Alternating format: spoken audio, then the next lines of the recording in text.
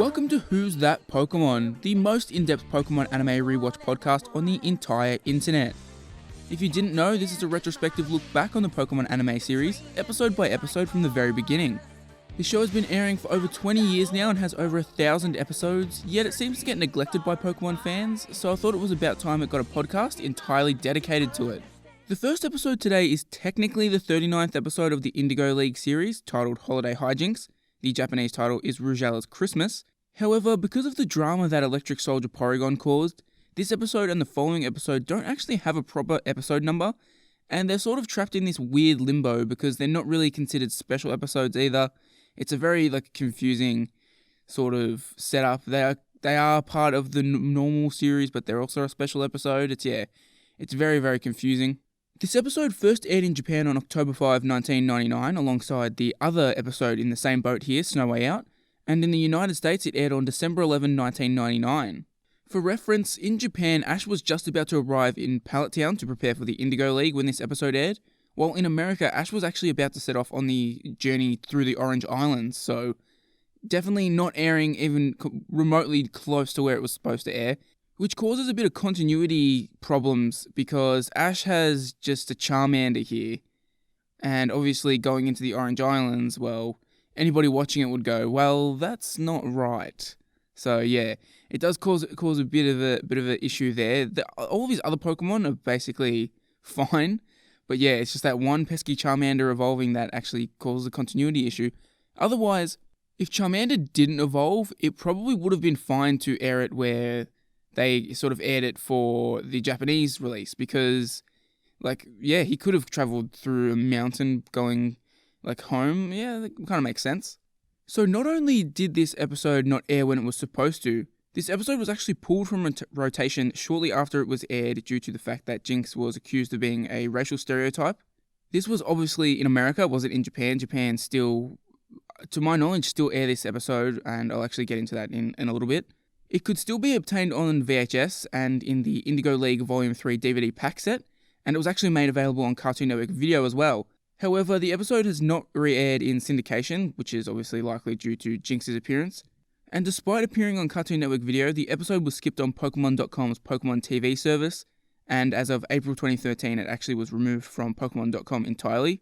And it's never been made available on Netflix in any of the regions where they've actually sort of carried the Kanto saga.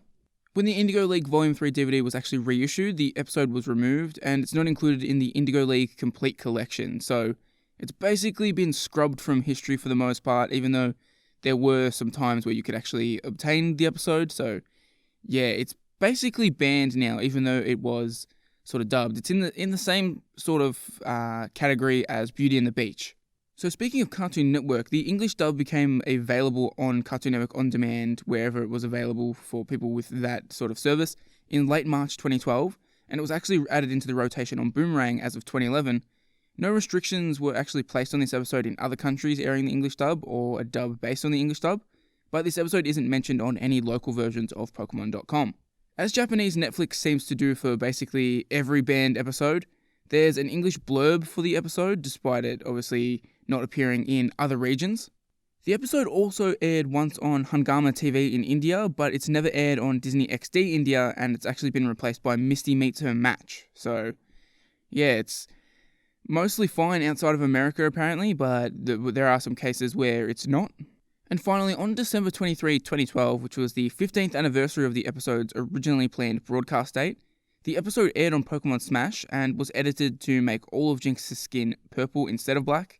This remastered version has never been dubbed, so it's still banned in the United States. The Japanese versions of Amazon and Netflix use this edited version, however Hulu does not. It uses the original version, so a lot of just contradictory stuff, a lot of flip-flopping going on with this episode on all aspects.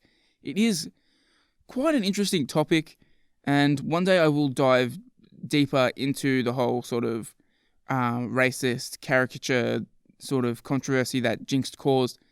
But yeah, it's just interesting to see all the kind of chaos that stems from this one Pokemon. And it's especially interesting considering the episode before this, well, obviously it didn't air in that slot, but as it was intended, that episode caused a lot of controversy as well. And then you've got the Legend of Dratini, which aired like not that too long before it, that also caused a big stir outside of Japan. So yeah, they were having just a rough trot here, the Pokemon anime. So on this day in Pokemon history for the Japanese air date, this episode actually aired the same day that Bye Bye Butterfree aired in America. As for the American air date, December 11 is Lisa Ortiz's birthday, who, if you've listened to this show, you'll be very familiar with her. I mean, if you've just interacted with the dub, you'll be very familiar with her. She is a veteran voice of the series. She's basically been on the show since day one, and she's still around as the voice director. She worked on the Mewtwo Strikes Back Evolution film that just released, so yeah, she is an OG when it comes to the dub, and she's still kicking around today.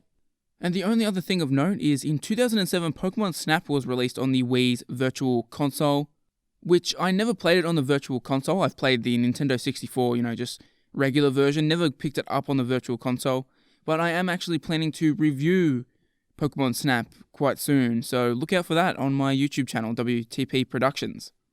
The IMDb rating for this episode is a flat 7, and the screenplay was written by Hideki Sonoda. This was the 8th episode Sonoda has written for the show, and he last wrote The Legend of Dratini, so back-to-back controversial episodes for Sonoda.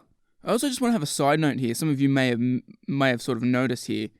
Takeshi Shudo has only written 2 episodes since episode 17, and my initial thought when I noticed this while compiling the notes for this week's episode was, surely this means he started working on Mewtwo Strikes Back.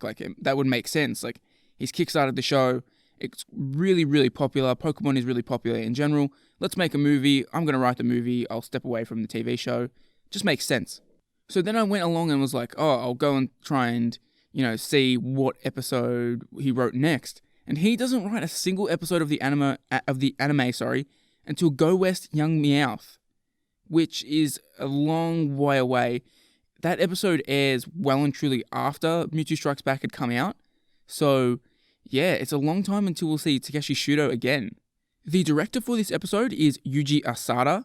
This is the 8th episode he's directed, becoming the first director to do that for the show. This is his lowest rated episode so far though, and he last directed the Flame Pokemonathon. So we've got a few debuts here. We have Santa Claus making his debut on screen, and yes, he's actually a recurring character. There are multiple episodes in the series that feature Santa Claus, which if you didn't know that, tell your friends that Santa Claus is an official character in the Pokemon series. And we've also got a couple of Pokemon debuts. We have Jynx debuting, and we have Lapras debuting. The Who's That Pokemon in Japan was unsurprisingly Jynx, because that makes sense. But internationally, it was Pidgeotto. So, yeah, a bit of a switch up there. That trend will continue in the next episode as well. But with all of that said, it's time for our episode summary and discussion.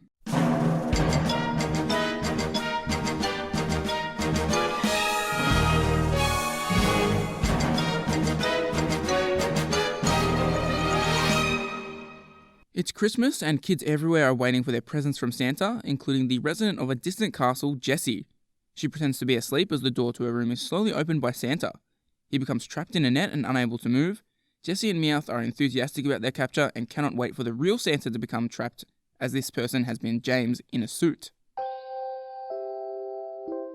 Every Christmas Eve, children nestled in their beds dream of Santa and the presents they hope he... Hey, wait a second. That's no kid. To protect the world from devastation. Hurry up and get here, Santa.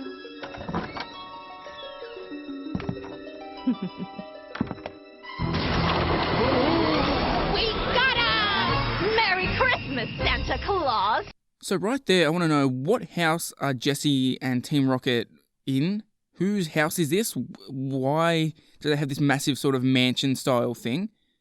I guess it kind of looks... I didn't pay too close attention, but it does kind of look like the house that is shown in a flashback later on, which... Are we supposed to infer that this is Jessie's old house that's just been abandoned for a while and she's come back to it? I just wanted to get some clarification around that. Also, can we just stop for a second and appreciate that Team Rocket are really out here trying to capture Santa Claus?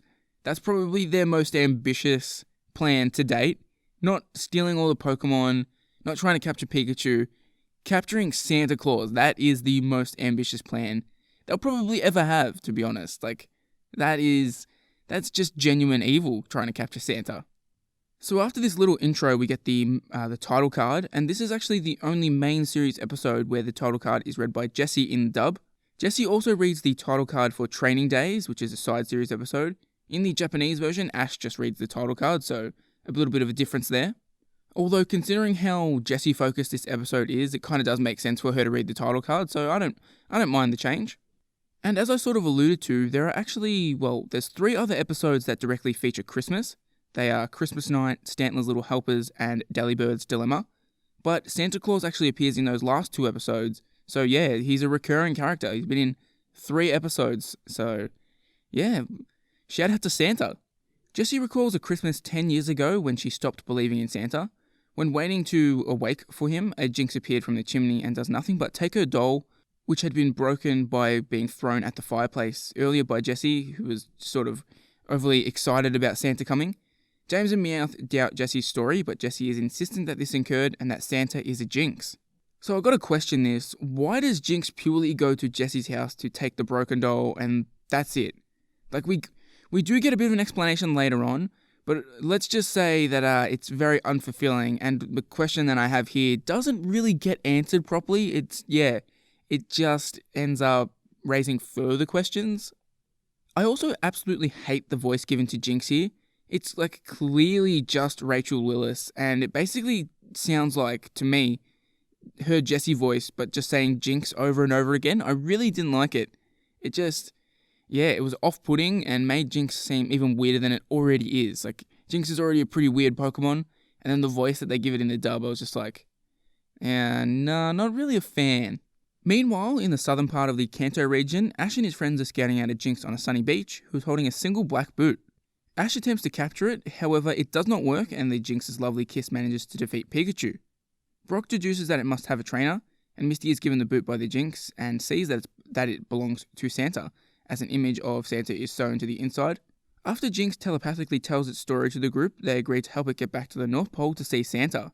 Jessie, on the other hand, sees Jinx as Santa attempting to con the twerps, just as she had been 10 years ago, and plots to follow them to Santa's lair and exact her revenge.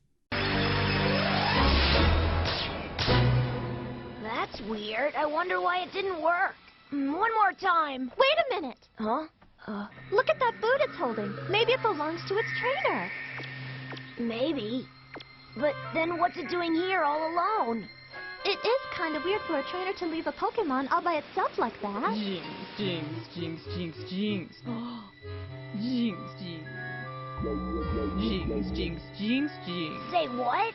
God, this episode is just so weird. Santa Claus actually being a thing in the Pokemon world somehow just feels extremely weird, and it probably shouldn't considering there's all these magical monsters, but a magical human like Santa just doesn't, I don't know, for some reason to me, it feels like it stands out like a sore thumb, and I don't know, it just seems like this would be a non-canon episode, like, oh, it was all a dream or something. Yeah, I don't know, it's so radically different to everything else we've seen.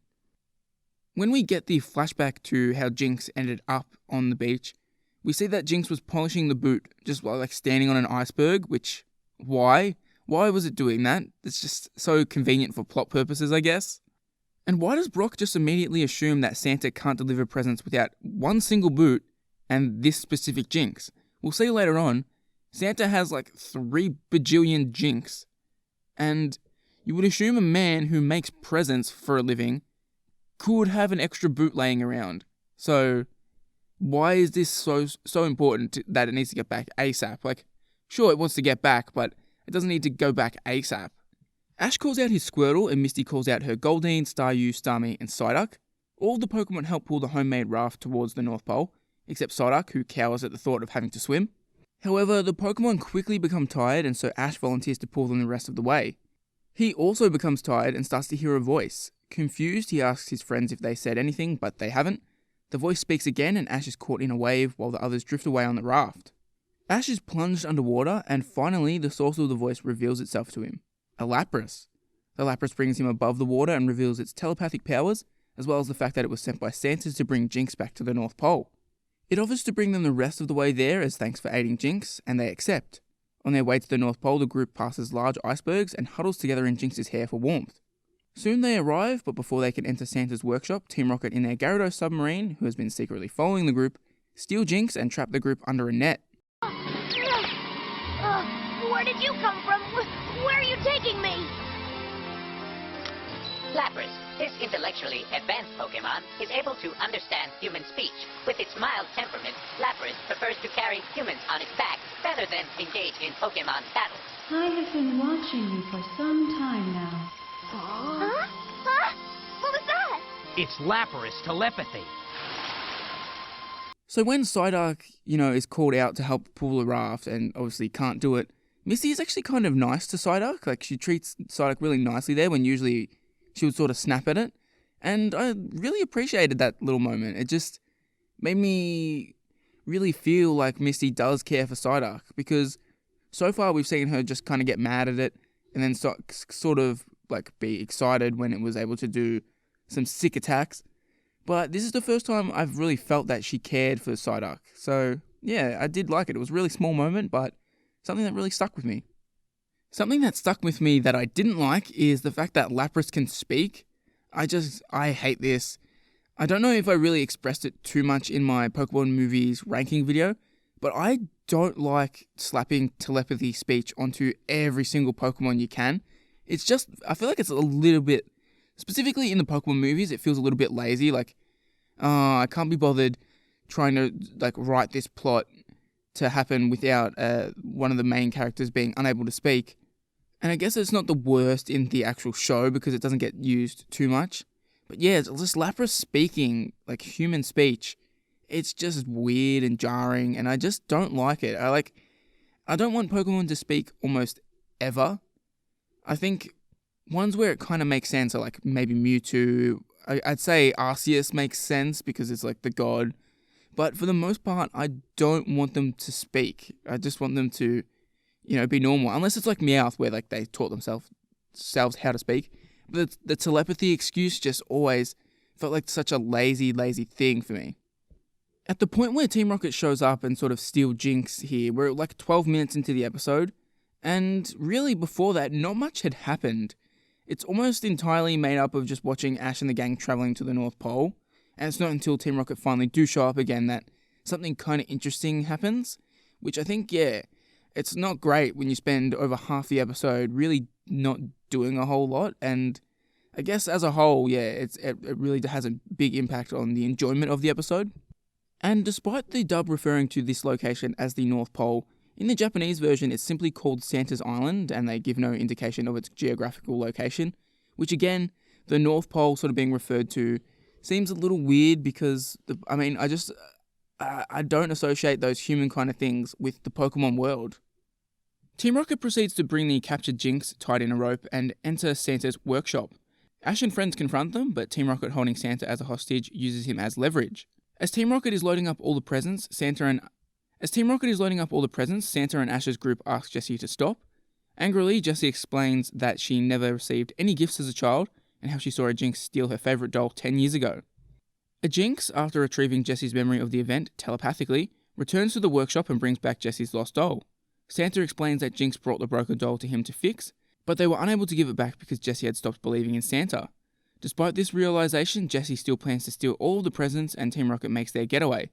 Lapras freezes the submarine with its ice beam, but Ash, using Charmander, accidentally unfreezes it by using Fire Spin. Team Rocket seems to have won, but Santa has all of his Jinx use Psywave to bring back the submarine, shake the presents out of it, blow up the submarine, and send Team Rocket blasting off again. Jessie, what do you mean, the presents that you never got? Ho! Ho! You remember what every kid in the world wants for Christmas, but you can't remember what you had your Jinx do to me 10 years ago? What is it you think my Jinx did to you? I know exactly what your Jinx did to me. It came down the chimney on Christmas Eve and stole my favorite doll from me. That's impossible. Jinx. Ah! Jinx? Santa stole my dolly! I really felt like seeing all the Jinx working as Santa's helpers. I thought they basically function and fulfill the role of Delibird, who is obviously not introduced until the next generation, And I sort of wondered if this episode was any sort of inspiration for their creation, because Jynx is sort of doing... If this episode was created a couple years later, it definitely would have starred Delibird in sort of the exact Jynx role. And for one thing, I think it would have worked better because Delibird works a lot better as sort of a Santa's helper Pokemon than Jynx. Jynx just looks like a random, human. So, yeah, I just wonder if maybe they did see this episode and thought, you know what, a proper Santa's helper type Pokemon would be not only a cool design, but have a cool gimmick. I also need to point out that the explanation we get here for why Jessie had her doll stolen and never returned makes absolutely no fucking sense. So first off, was Jynx not at Jessie's house at that point in time to deliver presents? Why was Jynx going to her house if it wasn't to deliver presents? Then, why would you not just drop off the presents you had while you were there? I get it. The Jynx wants to fix the doll for her and do something nice, but wouldn't you leave the presents there, take the doll, fix it, and then come back? But instead of doing that, it returns to Santa, fixes it, and then gets Santa to head back out there, which makes absolutely no sense, especially in the original Japanese, where instead of the excuse being that Jessie stops believing, Santa's excuse was that they couldn't find her because they moved house, which clearly Jessie's family aren't moving house right that second. So when was he returning that doll? Was it the next year? It just... it really logically doesn't make any sense. Why didn't Jessie get any presents? There was nothing stopping her from getting presents at that point in time, and she probably would have still believed in Santa or whatever. When this explanation was happening, it was genuinely making me mad. So frustrating. This plot really feels like it wasn't thought out ahead of time. And as I mentioned, the two excuses between the different dub versions are different. Santa's reason for not giving Jessie her doll back was that she stops believing in Santa, which sort of makes him powerless to visit her. But in the Japanese version, Santa says that he tried to return it, but Jessie had already moved away, which both times flimsy-ass excuses. I guess the English one works a little bit better. The Japanese one is just when was she moving? Why did you take so long to return this doll? Something I did enjoy, though, is when Charmander uses its fire spin on the Gyarados submarine, it turns the whole thing red, which makes it look exactly like its shiny version that we'll be introduced to in Gen 2. So yeah, that was a cool little moment, even though it was completely unintentional. I did get a kick out of it. Fun fact, Santa Claus is voiced by Ted Lewis here. However, he is voiced by Alexander J. Rose in his other appearances, so a couple of voice actors for Santa, the big man. That evening, Santa begins his yearly journey around the world using a ponyta as his steed, and he flies away. Ash regrets not having told Santa what he wanted, but Lapras assures him that Santa already knows. Santa's Jynx then presents Ash, Misty, Brock, and Pikachu with gifts as it begins to snow. Just why can this ponyta fly? This is another thing I don't like. This episode just breaks the entire Pokemon world open. And it all stems back to sort of I don't like the idea of Santa being in the Pokemon world. It just feels wrong to me. Meanwhile, Team Rocket lies in a bed together, having been defeated once more, but Jessie has hung a stocking in the hopes that she might receive presents. The other two believe it to be futile, but just then a Jynx appears in their window. They stare in shock at it, and it uses Lovely Kiss to put them all to sleep. Santa wishes a Merry Christmas to all, and to all a good night. So obviously the episode ends there, but because this aired around the time of Orange Islands, we get a Pikachu's Jukebox segment to close the episode, instead of the typical poker rap that we've been seeing for the first 40 episodes. So this really goes to show it didn't air at the chronological time it was supposed to. And these segments were actually kind of catchy as a kid. These songs, revisiting them today, these are pretty average. Some of them are pretty decent, I would say. For songs based on a kid's anime, yeah, some of them are passable.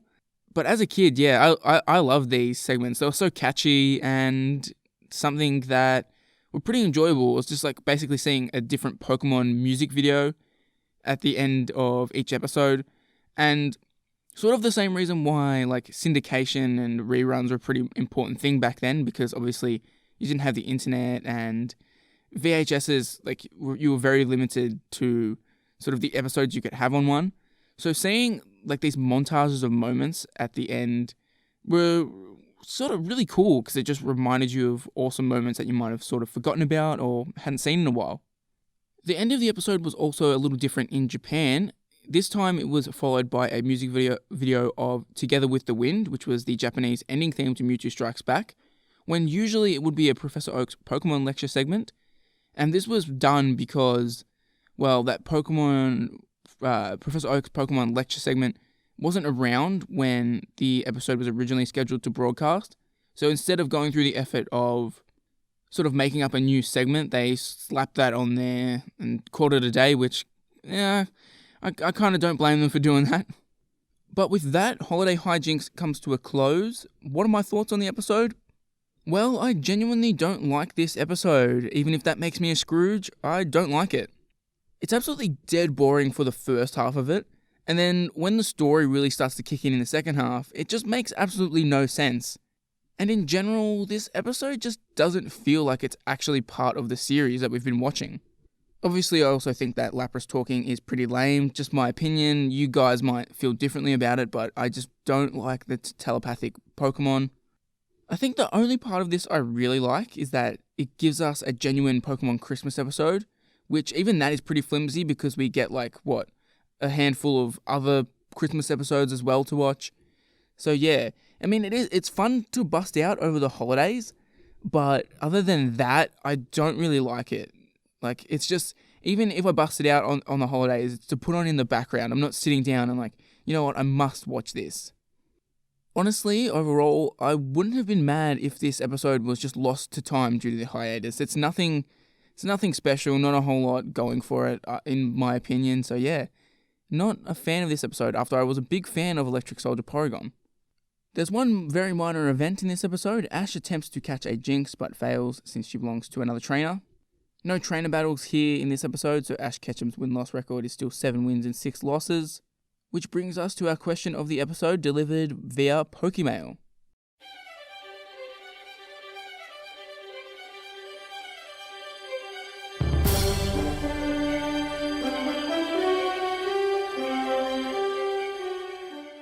And so for this question, I'm going to get into the Christmas spirit, even though it is March. And I want to ask you guys, what Christmas-related Pokemon gift would you want? And also, on the flip side of that, what Christmas-related gifts has Santa brought you in the past? I know my childhood was filled with most of my gifts relating to Pokemon in some way or another. Many times I got games. I distinctly remember getting Mystery Dungeon on the DS, the Mystery Dungeon Blue Rescue Team on the DS. And I also got Pokemon Ranger Shadows of Almia one year. I do have a lot of fond memories getting Pokemon stuff at Christmas.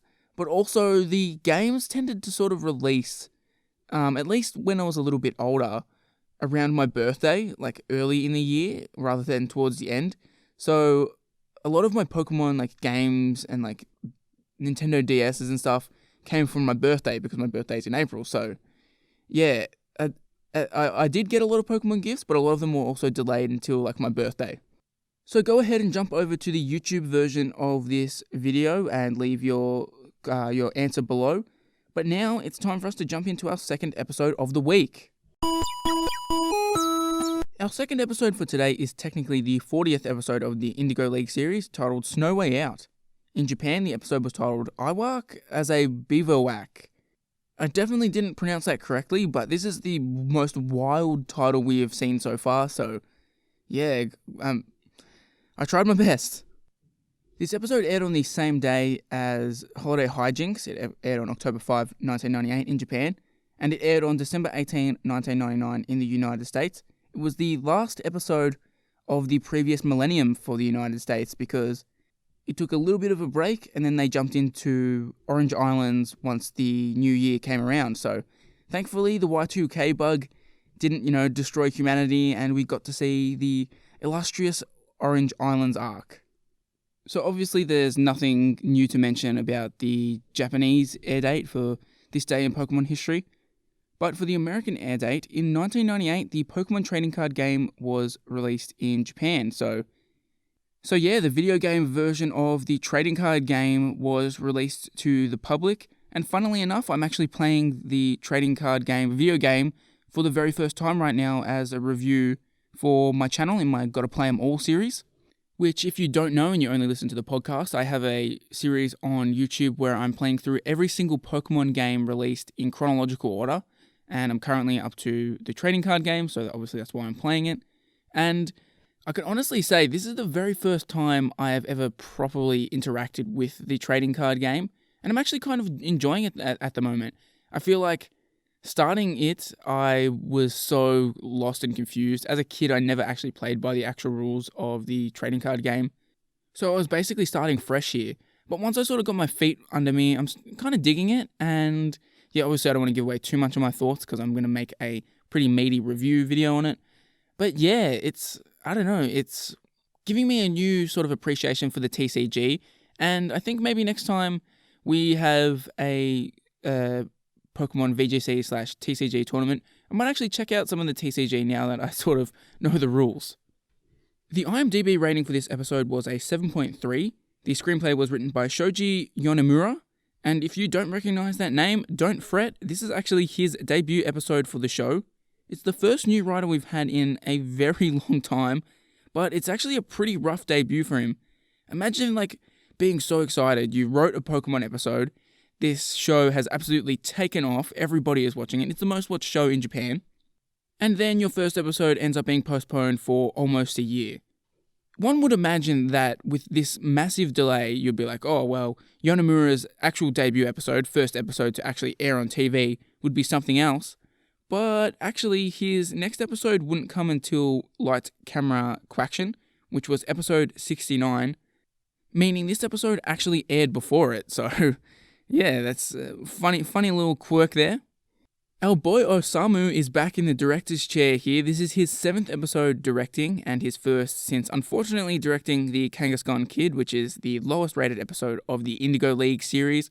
And, I mean, it's the lowest rated episode until we get one unfortunate episode in Johto that would drop below it. But yeah, it's definitely regarded as one of the worst episodes of the original series run.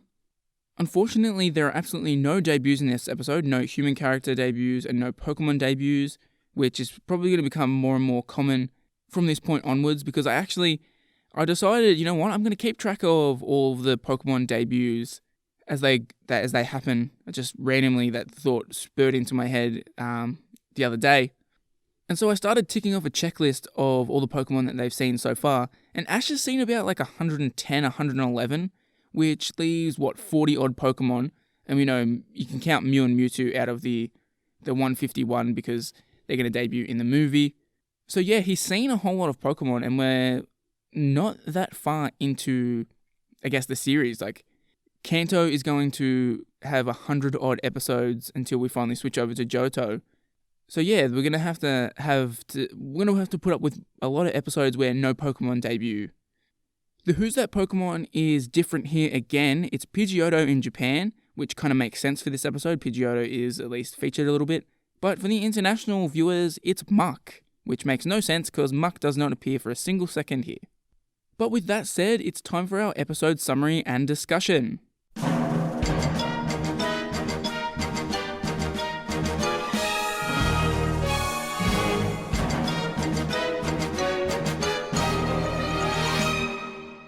Continuing on their journey, Ash and his friends come to a fork in the road. Brock takes a moment to check his map, though Ash's impulsiveness leads them to take the trail to the right, leading into a huge mountain. As they notice their snowy surroundings, Misty and Brock both want to turn around and go the other way, but Ash declares a Pokemon Master always stays on course, no matter what the conditions. However, things get worse as the mountain they have stumbled upon is actually part of a huge mountain range, and Brock's compass goes haywire from electromagnetic interference. As Brock declares that they are lost, Misty shouts at Ash to get them off the mountain. Ash calls out his Pidgeotto to find another route, and it soon returns with good news of a path up ahead. Let's see. I say we go that way! No way! That trail heads straight up a mountain! Ah! I don't want to go mountain climbing! What's a little hill? Come on, Peek! All right, but I hope you know what you're doing! So one of the very first things that happen in this episode is Ash calls Pikachu Peek, and please never do this ever again for kids. Never have Ash call Pikachu Peek again. good lord, is it bad? Just, no.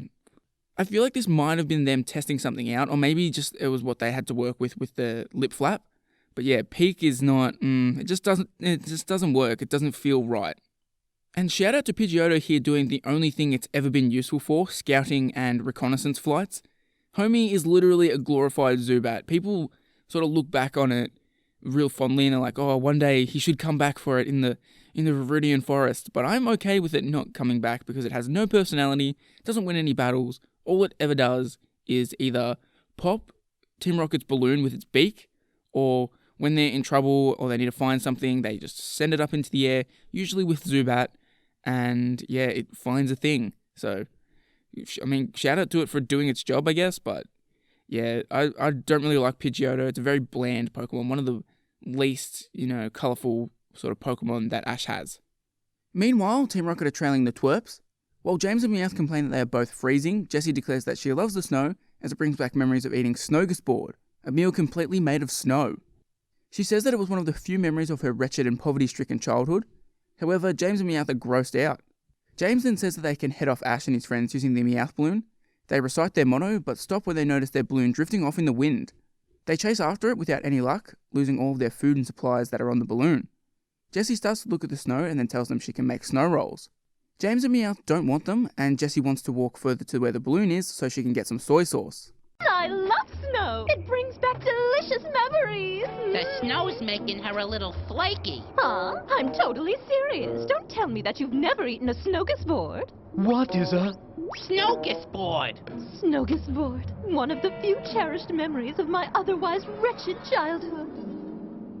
Snow, snow, I love it so. Yay! Jessie, Snogusboard's ready. Oh, boy! Here, darling, I made all your favorite dishes. Oh. Here's a snow loaf with snow sauce, a sampler of sushi snow rolls, Ida snow potatoes with snow sour cream, and for dessert, a bowl of your favorite snow pudding.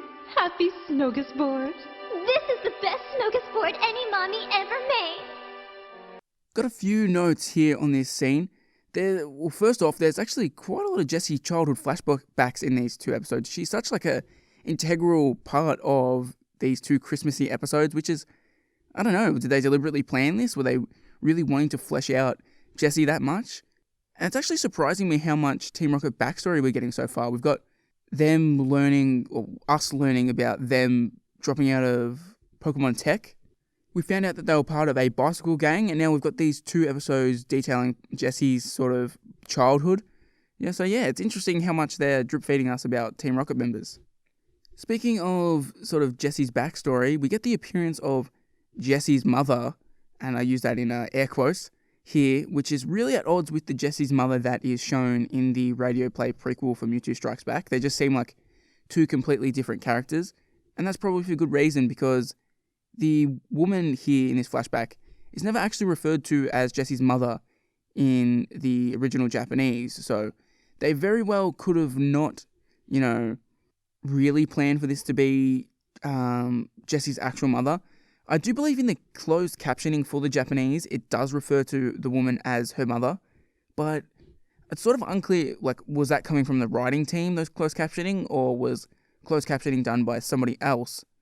And they sort of implied, they saw that and they're like, oh, that's obviously her mother, I'll put that down.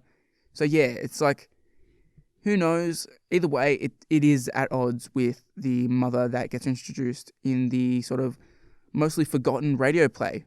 Sticking with the sort of character background theme, was Jessie really so poor that she had to eat snow? Snow. What the hell? How is she still alive if they were that poor that they were eating snow? Which, I mean, it's just basically water, so, you're not really eating anything, you are just, I guess, hydrating? I'm sure the snow isn't very great quality water, but, what the hell? How is she still living here? How is she a healthy, grown adult? I thought it was kind of funny and also very weird that Team Rocket performs their motto here to absolutely nobody. It's it literally serves no purpose for them, and it only serves the plot purpose of distracting them while the balloon floats away. And with the balloon floating away, they say, that it has like a bunch of food on it, and they're like, oh damn, which leads Jessie to being like, oh, no worries, I can feed you snow. But then she's like, oh, I want to go to the balloon to get soy sauce. So they've just established that food is on the balloon, which if they went and got the supplies from the balloon, it would render the need for her bullshit snow food to ever like be made. So yeah, again, it's just a little bit of a storytelling issue there. So the light snowfall has now turned into a full-on blizzard, and the group contemplates setting up camp. As Ash insists they continue walking, Brock reminds him that the sun is going to set soon, and not even the bravest Pokemon trainer would wander around in a snowstorm in the dark. Ash agrees, and as Brock says they should start to dig a cave, the snowstorm starts to intensify. The strong wind knocks Ash down, and he lets go of Pikachu, who is carried off into the distance by the gusty conditions. Ash chases after Pikachu, while Misty and Brock hunker down as the storm starts to intensify even more. So apparently Brock's plan to survive the blizzard is just to sit in the snow. Seems not very smart. They don't even build an igloo or anything. They don't try to, they don't cut open a Tauntaun like Han Solo in Empire Strikes Back. They don't do really anything to try and survive the storm.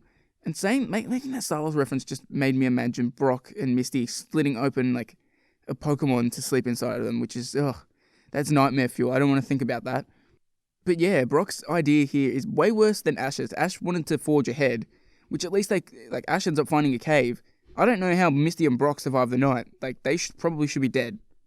In spite of the awful conditions, Ash trudges through deep snow while repeatedly calling for Pikachu until he collapses from exhaustion. Then he hears something, Pikachu's voice.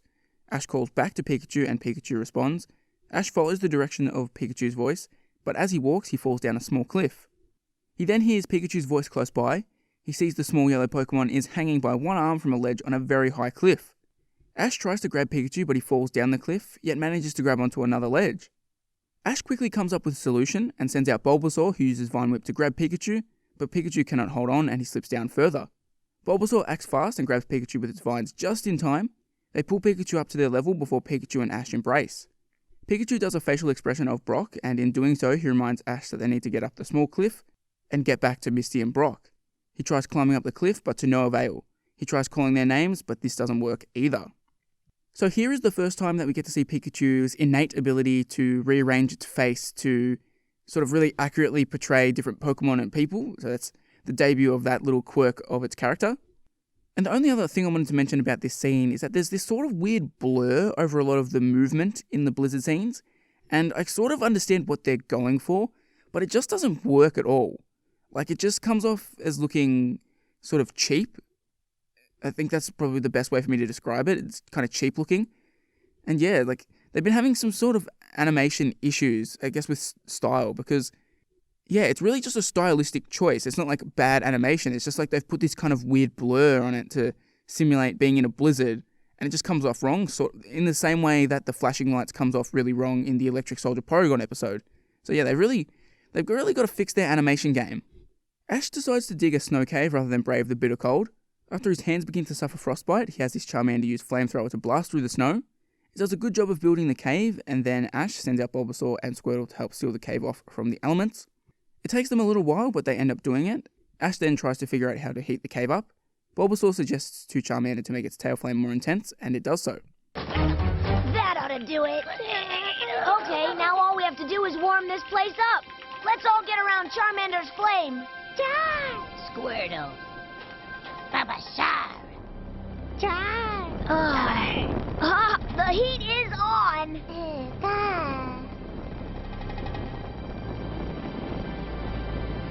So these cave scenes with Ash and all his Pokemon are just super iconic, which actually, when I thought about it while watching the episode, it's kind of surprising, because outside of Japan, this episode aired around the time of Orange Islands. It literally led into the Orange Islands arc.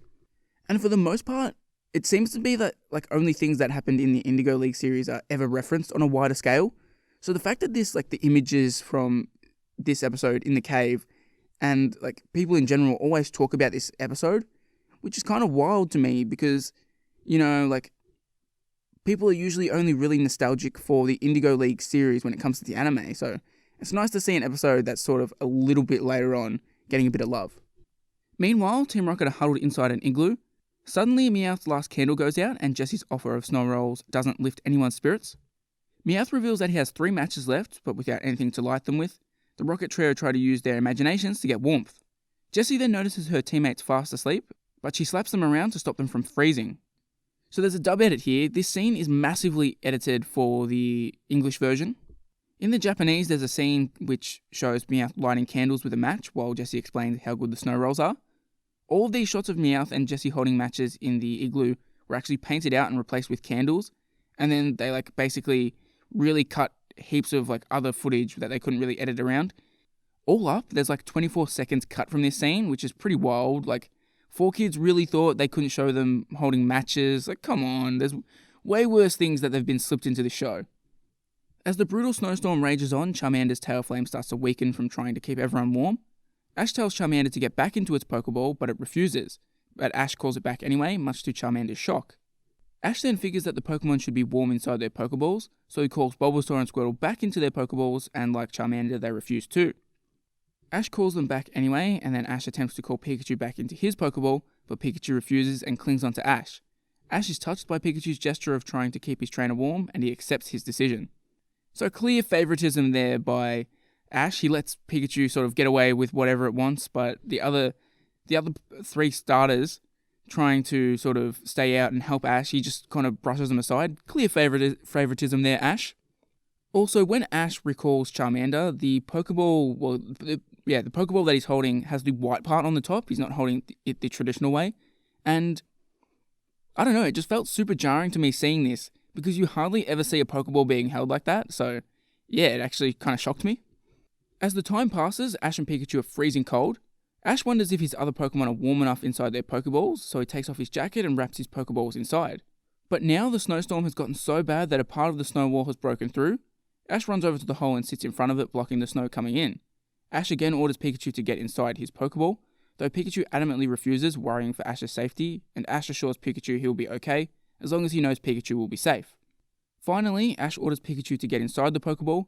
Pikachu refuses once more, but then the rest of Ash's Pokemon, Bulbasaur, Charmander, Squirtle, and Pidgeotto, all free themselves from their Pokeballs and hold on to Ash. Ash is so taken aback by his Pokemon's commitment to him that he is reduced to tears.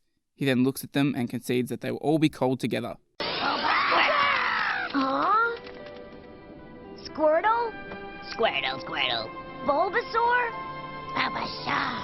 Charmander? Cha-cha! Pidgeotto? Yeah.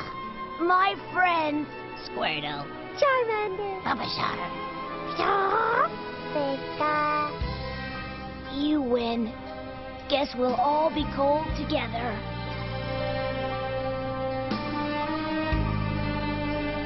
This episode is so good for building the bond between Ash and Pikachu, and it really establishes how much Ash cares about all of his Pokemon. I feel like we've seen examples of that in the past, but this is the prime example. Basically the whole second half of this episode is entirely focused on the relationship between Ash and Pikachu, and then Ash and the rest of his Pokemon. And it just really it really endears you to Ash to see how much he cares for his Pokemon and how he's just looking out for them. He just wants them to be okay, even if it means that he might not be okay himself. It's really sweet to watch. This is actually the first episode where a previously caught Pokemon, other than Psyduck, forces its way out of its Pokeball. So we get to see that it's not just a Psyduck quirk, that other Pokemon can do that, and we'll see that about 1,000,000 times with Wobbuffet in the future. While I did really like this scene, there was one moment that sort of I wasn't a huge fan of, and that was when it takes, there's about a 10 to 15 second sequence where they sort of just take turns zooming in on each Pokemon's face, and it's not great. It's not great. They're basically just still images that are zoomed in slowly. So it's now morning and the harsh snowstorm has completely subsided. Charmander demolishes the snow wall with Flamethrower, and Ash looks upon the amazing view with his beloved Pokemon. He hears a voice calling him, he turns around and is pleasantly surprised to see Misty, Brock, and his Onix. Onix lifts Ash and his Pokemon up to his friend's level. They ask Ash how he survived the storm, and he tells them about the cave he dug. Brock and Misty then reveal that Onix dug into an underground hot spring, and they were very comfortable there, much to Ash's extreme surprise. They then discover that the blizzard blew over Team Rocket's balloon, which is right next to them. Brock says it's out of fuel, but he sends out his Vulpix and has it use Flamethrower, and the balloon is now flyable.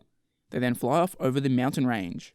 My only note for this here is, when Ash he leaves the cave and all his Pokemon are there, Pidgeotto is standing on Bulbasaur's bulb, which I thought was just kind of funny, a little bit of a funny visual to see there.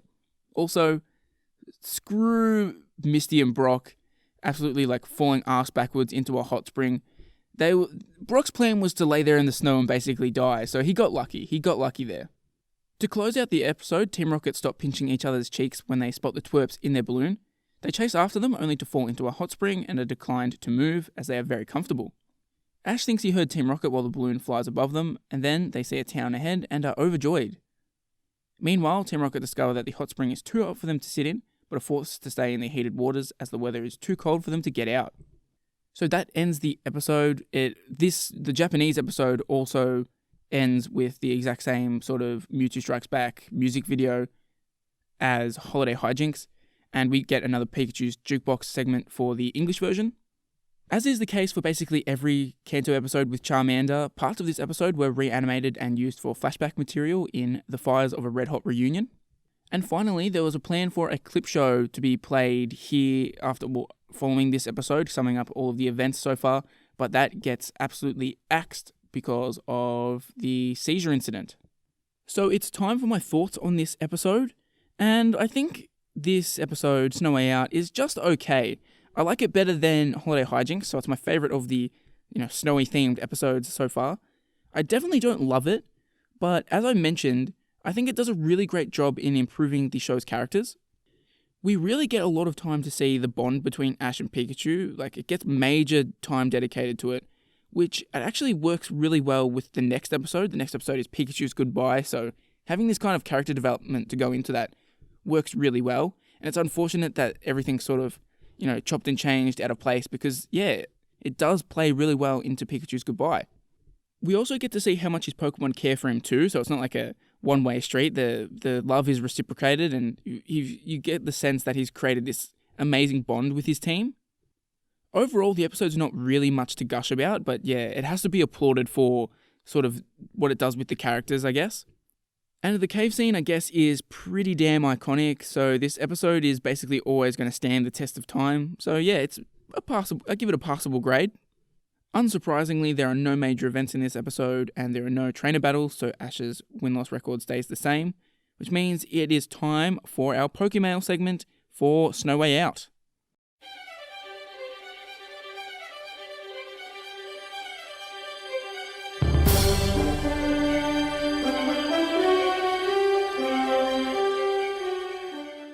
My question for you, based on Snow Way Out, is if you were trapped in a Pokemon world blizzard, which Pokemon would you want with you to keep you warm? Personally, my mind jumps straight to Ursaring for some reason. I feel like it just giving me a big bear hug and it's like all of its fur would be a pretty good way to keep warm.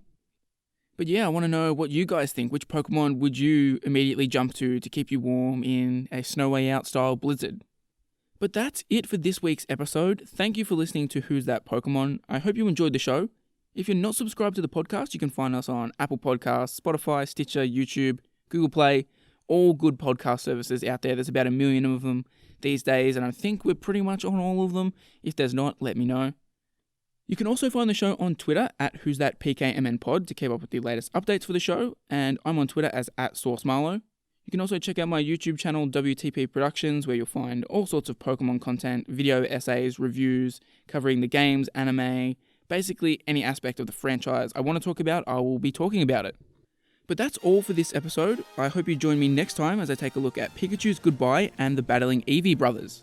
These two episodes are notable for marking the return of the Pokemon anime after the Pokemon Shock incident. Pikachu's Goodbye is also an extremely interesting episode to look at. It was quite clearly created after the hiatus started, and the episode seems like a bit of meta commentary on the whole incident. So join me next time as I discuss those two episodes.